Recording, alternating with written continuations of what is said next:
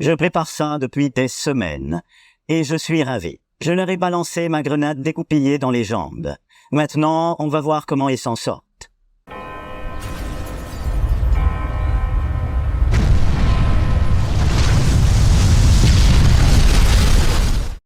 On connaît la date de la Troisième Guerre mondiale. Cette Troisième Guerre mondiale, personnellement, cela fait longtemps que j'en parle. Elle était annoncée par diverses prédictions et depuis quelque temps, elle fait la une des médias. Faut-il en avoir peur? Y a-t-il un risque? Et les pauvres moutons, ils lisent les titres, mais sans vraiment comprendre. Alors, j'explique. Grosse découverte que j'ai faite récemment, les moutons n'ont pas de cerveau. Plus exactement, ils n'ont pas d'esprit et donc ils sont incapables de comprendre les concepts et tout ce qui est abstrait. Ils se contentent d'appliquer les consignes et pour eux, la Troisième Guerre mondiale est quelque chose d'impalpable, voire de mythique. Ils ne peuvent ni la toucher ni la manger et donc au fond, ils s'en moquent un petit peu. Et c'est pourquoi, depuis la nuit des temps, des milliards de moutons se font systématiquement couillonner. Ils vont à l'abattoir, le sourire aux lèvres, et la Troisième Guerre mondiale ne dérogera pas à la règle. Cette guerre illustrera leur échec. On ne peut pas imaginer pire cas de figure. Tous ces experts, ces technocrates, ces grosses têtes se seront plantés. Ils vont perdre leur job payé à ne rien faire, leur maison, leur entourage, toute leur jolie vie qu'ils vénèrent plus que tout au monde. Ils auront tout perdu, ils vont s'en prendre plein la gueule et donc pour eux, la Troisième Guerre mondiale s'avérera être un échec total. Mais quelle bande de nazes! Et donc maintenant, on connaît la date de la Troisième Guerre mondiale, on connaît la date du début, mais aussi celle de la fin. Quand je dis « on », je parle de moi-même, mais peut-être aussi de quelques autres qui ne se sont pas forcément manifestés. Ce que je peux vous dire, c'est que la Troisième Guerre mondiale n'est pas pour tout de suite, qu'elle durera plus de 6 mois et moins d'1 an. Ce sera une guerre hybride qui verra des millions de fantassins sur le terrain, ainsi que l'emploi d'armes nucléaires tactiques et non tactiques. Mais contrairement aux précédentes guerres mondiales, celle-ci sera une guerre d'extermination. Les populations seront directement visées, pas seulement les forces armées. On voudra se débarrasser des peuples, récupérer des territoires entiers et relancer tout un processus civilisationnel d'implantation, de recolonisation. Et tout cela s'étalerait sur 50 années minimum. Alors, pourquoi ? Je vous explique. Les stratèges ont dressé leur plan sur 50 et même 100 ans. Les stratèges américains ont prévu d'éliminer tous les pays concurrents afin d'exploiter tranquillement les ressources naturelles de la planète.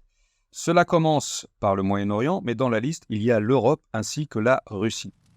Thierry Meyssan l'avait expliqué, mais il n'a pas tout dit. Il n'a pas mentionné cet événement d'extinction massive qui se produit tous les 4320 ans. Tous les historiens sont au courant, il suffit de faire 5 minutes de recherche. Le Vatican est au courant depuis des lustres, c'est pourquoi il a fait construire des télescopes, dont le fameux Lucifer, et c'est pourquoi aussi le calendrier chrétien a été organisé de manière à donner un point de repère à cet événement d'extinction massive, et c'est ainsi que l'ère du Kali Yuga s'est terminée en l'an 2000. Nous sommes actuellement au point de contact entre deux ères qui voient une amplification des cataclysmes et des désordres climatiques. Pareil, tous les érudits sont au courant. 5 minutes de recherche suffisent, mais encore faut-il les avoir, ces 5 minutes. C'est le temps de manger une pizza ou un kebab, et donc les gens n'ont pas forcément l'occasion de se renseigner sur les circonstances de leur décès prochain. Ou alors, ils s'imaginent peut-être qu'on les aurait avertis, qu'un expert serait passé à la télé en leur disant « Eh les gars, l'heure est grave, il y a quelque chose qui s'approche et qui va nous tomber dessus, faudrait peut-être penser à faire des provisions. » La populace s'imagine naïvement qu'en cas de problème, on l'avertirait. Malheureusement, ce n'est pas comme ça que ça se passe. Depuis l'an 2000, le pouvoir américain détourne 1000 milliards de dollars chaque année de la poche du contribuable. Nous en sommes donc à 25 000 milliards de dollars sans que l'on sache où va tout cet argent. C'est pas pour des fêtes privées dans des piscines, c'est pas pour construire quoi que ce soit à la surface de la Terre, sinon on l'aurait vu. On aurait vu des mégalopoles, des infrastructures gigantesques. Cela se fait donc forcément sous terre, à l'abri des regards indiscrets. Des parlementaires ont protesté, ils ont convoqué des commissions d'enquête, demandé des audits pour savoir où allait cet argent. L'audit en question a été facturé 6 milliards de dollars. Et comme il est apparu que c'était une question de sécurité nationale, plus personne n'a ouvert la bouche. Et quant à la populace, elle a été abrutie avec la télé et des médicaments. Maintenant, il y a 6 millions de zombies qui errent dans les rues des grandes villes américaines.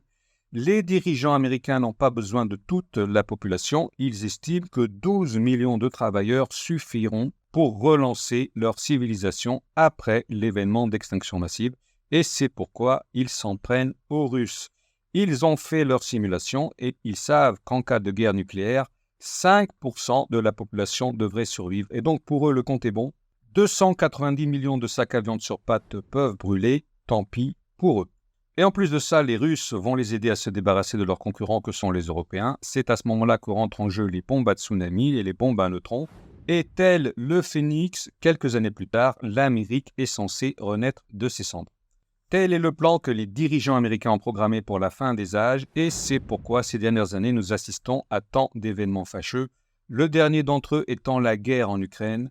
La vérité, c'est que le but de cette guerre était de convaincre le Russe moyen que l'Occident représentait une menace existentielle qu'il fallait par tous les moyens éliminer, y compris des moyens non conventionnels. Et quand on interroge un Russe au hasard dans la rue, c'est le discours qu'il tient. Il faut tout faire exploser et s'il le faut, on ira jusqu'à Paris. La guerre en Ukraine n'était qu'un petit échauffement, une mise en conditionnement de l'âme russe. Voilà en quelques minutes quelle est la vraie situation du monde aujourd'hui. Maintenant, bien sûr, je sais que vous voulez connaître une date précise, histoire de marquer un jour sur le calendrier.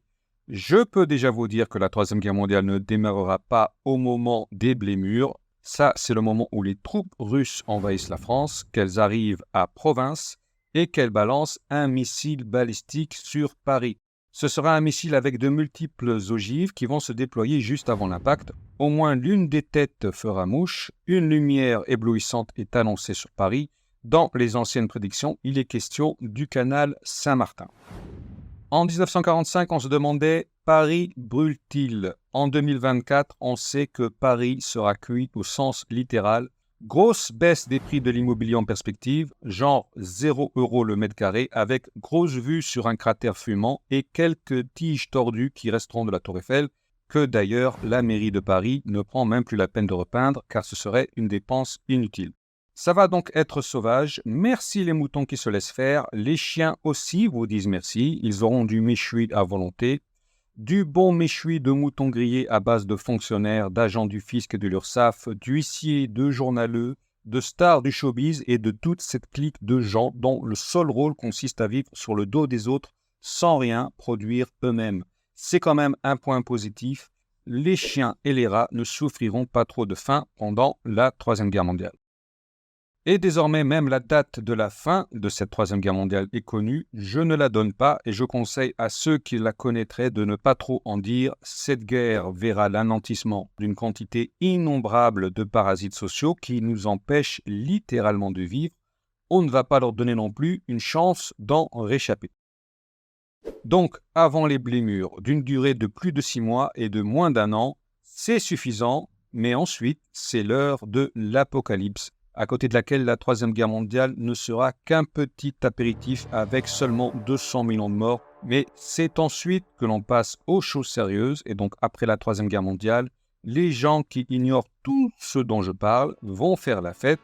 Ils vont prendre une guitare et chanter « Youpi, les Russes sont partis, la guerre est finie, la vie va reprendre ». Mais cela aussi était annoncé, il fallait prendre 5 minutes pour s'en rendre compte. On peut en faire des choses en 5 minutes, manger une pizza ou un kebab ou encore lire Matthieu 24. Ou alors le chapitre 5 du livre des Thessaloniciens.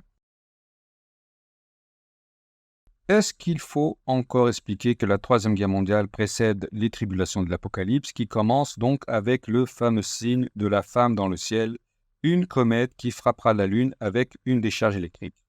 Il ressort de tout cela que si l'on connaît la date de la fin de la Troisième Guerre mondiale, on connaît aussi celle de l'arrivée de la planète X. Au début, on croira que ce n'est qu'une comète, et c'est pourquoi elle est appelée comète de la paix. Mais quand ils voient la grande aurore boréale remplir le ciel, les soldats russes comprennent que quelque chose d'énorme se prépare et ils abandonnent alors le champ de bataille. Ils rentrent vers leur famille, sauf qu'aucun d'entre eux n'y arrivera. Ils vont tous mourir en chemin. En fait, ils seront offerts en sacrifice. Et c'est alors le début de l'Apocalypse, 42 mois qui correspondent à 7 alignements planétaires. Quand cela se termine, le soleil s'éteint carrément. Grosse angoisse en perspective.